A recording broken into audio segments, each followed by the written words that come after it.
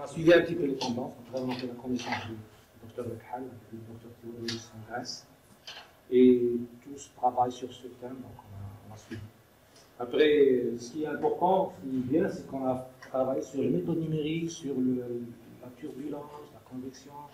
Et tout ça, c'est un acquis, pas spécialement pour le refroidissement par film, on peut l'appliquer pour n'importe quelle situation. Maintenant, on a un outil qui peut prédire généralement les écoulements 3D. Pour tous les choix que vous avez faits concernant la méthode numérique, que vous avez utilisée, les différents modèles que vous avez utilisés, les différentes discrétisations si je rentre dans le domaine numérique, est-ce que vous avez lié tout cela avec la précision de calcul? C'est-à-dire, le calcul que vous obtenez, est-ce qu'il s'agit d'un problème un peu complexe?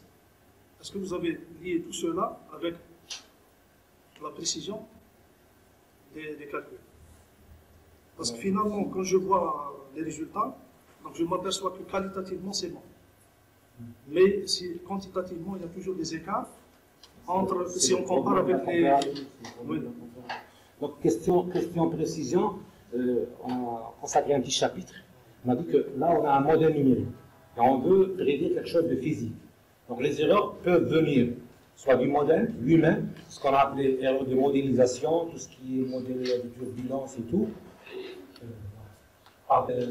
Les erreurs, c'est les erreurs qui viennent du code lui-même, c'est-à-dire les erreurs, il y a des erreurs de rancature, de discrétisation. Donc on a essayé de prendre le maximum qui existe. Et effectivement, ce maximum, c'est les schémas de second ordre avec les limiteurs appliqués à toutes les variables, y compris les variables de la turbulence. Et on a essayé de raffiner le maillage au maximum suivant ce qu'on a comme moyen de calcul. Ça aussi, on est limité par les moyens. Et c'est tout, hein. Côté précision, c'est tout ce qu'on peut faire. J'aurais aimé... On a parlé un petit peu, si vous vous rappelez, les schémas de convection avec le maximum, les escaliers et tout. On va essayer de faire des tests. C'est-à-dire, vous l'avez bien dit donc, dans la conclusion. J'aurais aimé, moi personnellement, avant de se lancer dans des calculs avec des modèles qui sont un peu complexes, d'utiliser des modèles simples, tels par exemple SGS, par exemple, qui est un peu simple. Il fallait peut-être le tester avant de passer. Oui. Pourquoi vous ne l'avez pas fait? Mais je ne peux pas te répondre directement, mais ce que je sais, c'est que là, on est en train de faire, c'est-à-dire de faire un équilibre. On peut faire quelque chose de très précis en DNS, bien sûr, mais il faut avoir les moyens, le temps de le faire. Donc, on s'est limité au modèle statistique. Ça, premièrement. Donc, on a là le choix entre deux méthodes. Soit le LSM qui est le plus précis parce qu'il garde l'historique, il garde l'anisotropie, toute la turbulence. Mais là aussi, c'est très lourd parce qu'on a pratiquement 15 équations à résoudre. 6 pour le tenseur, 3 pour la température et tout. Donc, ça, c'est encore, c'est pas à notre portée. Et qu'en conclusion, on a bien précisé qu'on n'a pas besoin de faire ça si on connaît la physique du problème. Donc, on a pris l'autre voie qui est la voie de premier ordre. Alors, premier ordre, modèle à une zéro équation, une équation, deux équations, on est allé directement vers deux équations qui est le K epsilon, qui est le modèle le plus populaire, le plus utilisé, et on l'a essayé. Maintenant, si on prend par exemple le K oméga, peut-être qu'il va donner le meilleur résultat. Je pense qu'il y a des gens qui le vantent par rapport au K epsilon. Je ne sais pas si on peut l'implémenter dans le code, on va le tester. Mais aller à d'autres modèles, je ne sais pas si ça donne le meilleur résultat.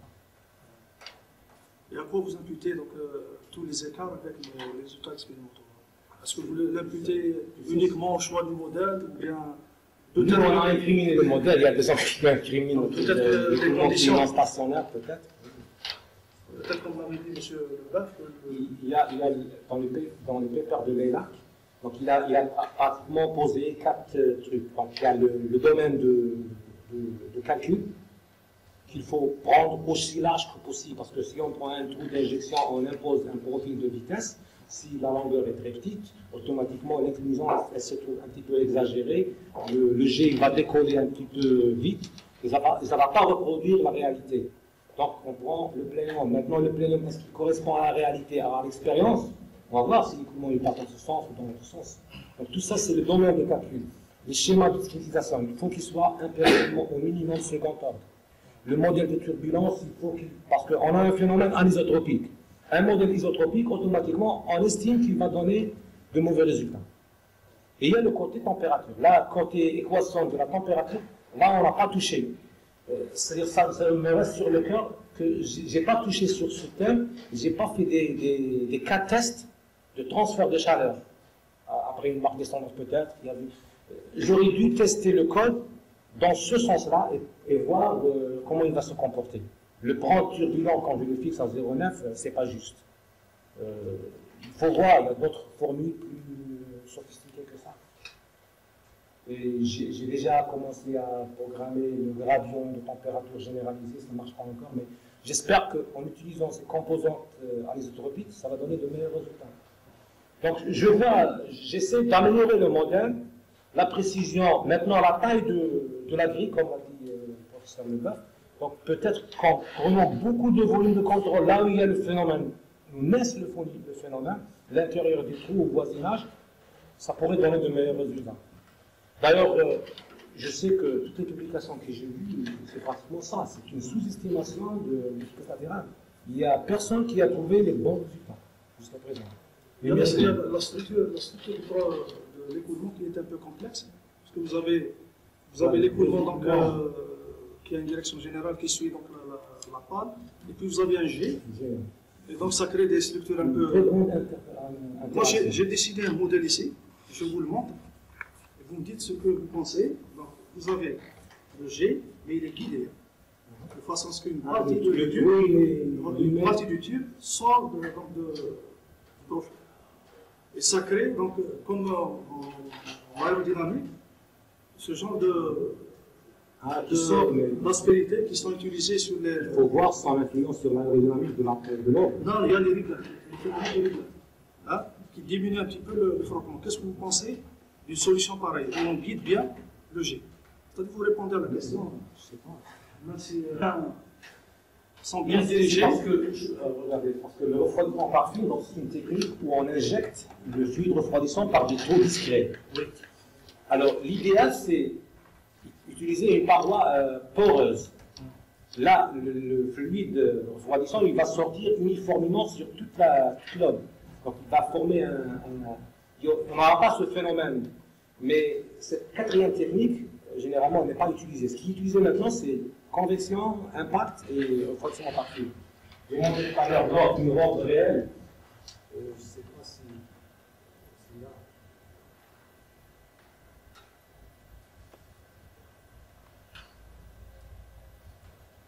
Donc, on montre un petit peu la complexité de l'ordre. Hein. Elle est très complexe. Il y a des rangées de trous sur le leading edge, il y a des trous là, des trous de ce côté-là. Là, c'est pour évacuer l'air de refroidissement par convection. Donc, on a trouvé que s'il est évacué par le bord de fuite, ça améliore l'aérodynamique de l'ordre. Donc, c'est pour ça qu'on choisit Tous ces trous-là sont incorporés à l'intérieur. Il y a tout un passage en labyrinthe. Si on dirige un petit peu le G de façon à faire sortir. Et en même temps, maintenant, qu'est-ce qu'on fait? Vous voyez bien que l'inclinaison est latérale. L'écoulement, il vient comme ça. L'injection, au lieu d'être dans la même direction, on l'a fait comme ça, latéralement. Oui. Pour éviter les deux vortex. Donc, on aura un seul vortex et le fluide il est plus étalé sur l'autre. Moi, je pense que s'il y a un écart des résultats, si on compare avec l'expérience, c'est parce qu'au départ, l'écoulement est trop complexe. Et les modèles de turbulence que vous avez utilisés ne peuvent en aucun cas arriver à la précision de calcul que vous voulez. Moi, je pense. Si on avait dirigé, je propose cette solution, si on dirige un petit peu le G, peut-être que vous arriverez à une bonne solution. Je vous pose une autre question, c'est la dernière. Je suppose que ce n'est pas l'unique procédé de refroidissement. Il y a un autre procédé, c'est le refroidissement par l'intérieur. Certainement, vous avez... oui. D'après vous, quel est le meilleur procédé? C'est le meilleur. Donc il est réservé pour les hautes températures. La convection, c'est pour les basses températures. Parce que c'est un moyen un petit peu classique qui a été utilisé premièrement, mais après, si on veut refroidir, pour les hautes températures, c'est automatiquement le refroidissement parfait. Parce que jusqu'à présent, je repose la même question qu'avait posée tout à l'heure M. Leboeuf, pour des spécialistes en turbine. Donc le problème de refroidissement, la solution de ce problème n'est pas encore trouvée numériquement. Donc ils sont obligés d'utiliser d'autres méthodes. C'est-à-dire qu'il a proposé la solution analytique ou bien des formules empiriques tirées de l'expérimental. Je pense que jusqu'à présent, on ne peut pas faire confiance à une code de calcul. Déjà, vous avez parlé tout à l'heure de DNS. Le modèle DNS. C'est compliqué. Ça demande énormément. Pour l'industrie, ce n'est pas possible. Je pense que pour une vingtaine d'années, peut-être. C'est plus. Pourquoi? Parce que une DNS ne s'appliquera jamais à un type d'écoulement complexe, pas seulement pour les capacités de calcul, parce qu'une DNS, par définition, elle est pure. Au niveau numérique, il n'y a pas de discrétisation, il n'y a aucune erreur. C'est une méthode spectrale généralement, bien sûr des formes compactes de schéma de discrétisation ici et là, mais ça reste toujours. Le problème de la DNS fonctionne dans une boîte carrée rectangulaire. Ça, c'est dû à la mathématique du problème. On fait des méthodes spectrales et des transformations chimiques, et donc on ne pourra jamais faire un carré. Donc on ne pourra jamais discrétiser quelque chose. Il y a quand même des tentatives maintenant pour faire la DNS. Déjà de l'arrivée sur un écoulement avec un G. C'est des gens à Stanford qui font ça, mais pour un autre intérêt en fait. La DNS, je crois, j'ai vu la dernière fois des gens aussi de Stanford qui essaient de faire la DNS sur des hommes en fait en général, mais pas forcément avec des coups. Donc c'est pas. C'est une machine vectorielle. Il faut une machine vectorielle, une machine scalaire progressive. Je vous remercie, M. Aristote. Merci. Merci, M. Gouy. Donc, je passerai la parole à M. Gouy. Merci, Monsieur le Président. Moi, je dois commencer par remercier M. Azri pour son exposé. Je dois dire que, au fond, je ne vais pas m'ériger en examinateur. Je ne suis pas un éméritaire de profil. Je suis un homme de l'expérience. Je voudrais commencer par dire que j'ai eu le grand plaisir de travailler essentiellement le texte avec M. Azzi, pas plus que cela. Mais si j'ai à discuter avec lui, c'est que je souhaite débattre avec lui certains aspects qui me semblent intéressants sur un plan stratégique. Bon, il est tout à fait clair que M. Azzi a manqué des moyens nécessaires pour réaliser son travail dans les meilleures conditions, aussi bien sur le plan informatique que sur le plan, je dirais, des données expérimentales. Nous avons vu que, mis à part l'application qui est parvenue de Darmstadt, il n'y a pas tellement de choses qui lui permet de mieux s'exprimer un petit peu sur les résultats. Mais s'il y a un décalage entre les résultats fournis, donc votre travail, par rapport à l'expérience, bien entendu, les sources peuvent être multiples, mais il me semble que l'essentiel vient du fait que le G en 3D, comme l'a si bien précisé tout à l'heure le professeur Leboeuf, est essentiellement instable. Alors,